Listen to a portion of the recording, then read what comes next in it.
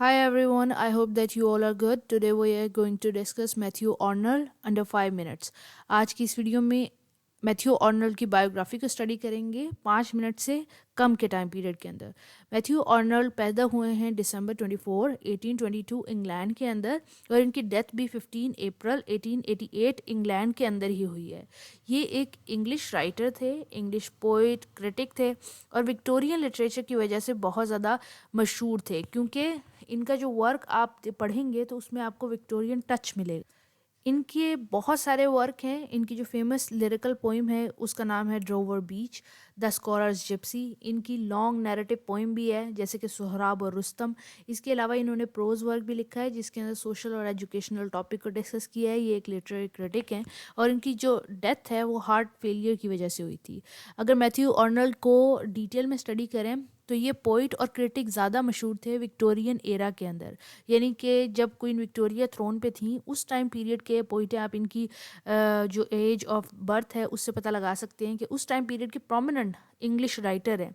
और इस ये ज़्यादातर जो इनका वर्क जो फेमस है वो ड्रोवर बीच और द स्कॉलर जिप्सी है। सोहराब और रुस्तम की स्टोरी भी आपने सुनी हुई होगी।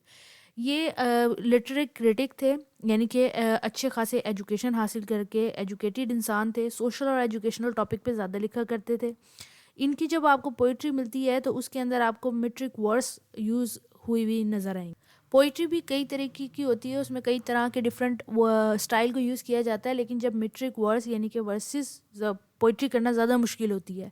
तो और फिर स्पेशली यानी कि हर पोइट्री के अंदर मीटर तो ज़रूरी ही होता है, लेकिन स्टिल वर्सिक पोइट्री लिखा करते थे। अगर इनका वर्क आप पढ़ेंगे उसके अंदर आपको जो थीम ज़्यादा मिलती है वो कल्चरल पेसिमिज्म की मिलती है।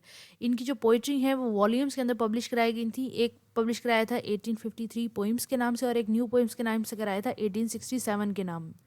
क्रिटिक थे तो इन्होंने ऐसे भी लिखे फिलॉसफी के अंदर, पोइट्री की फिलॉसफी पे इन्होंने लिखा, जिसमें इनका एक ऐसे था the function of criticism at the present time in 1864 और एक और ऐसे था इनका ऑन ट्रांसलेटिंग होमर 1861। ये दो इनके वर्क जो हैं ऐसे के अंदर हाईली रिगार्डेड हैं। इसके बाद मैं आपको इनकी क्रोनोलॉजी दिखा देती हूँ। ये इनकी क्रोनोलॉजी मैंने यहाँ पे लिखी हुई है। तमाम चीज़ें मैंने डिस्कस की हुई हैं, लेकिन फिर भी अकॉर्डिंग टू ईयर बताया हुआ है कि कौन सा वर्क इन्होंने कब पब्लिश कराया है। उम्मीद है मैथ्यू आर्नल्ड आपको समझ आ गया होगा। Thank you for watching.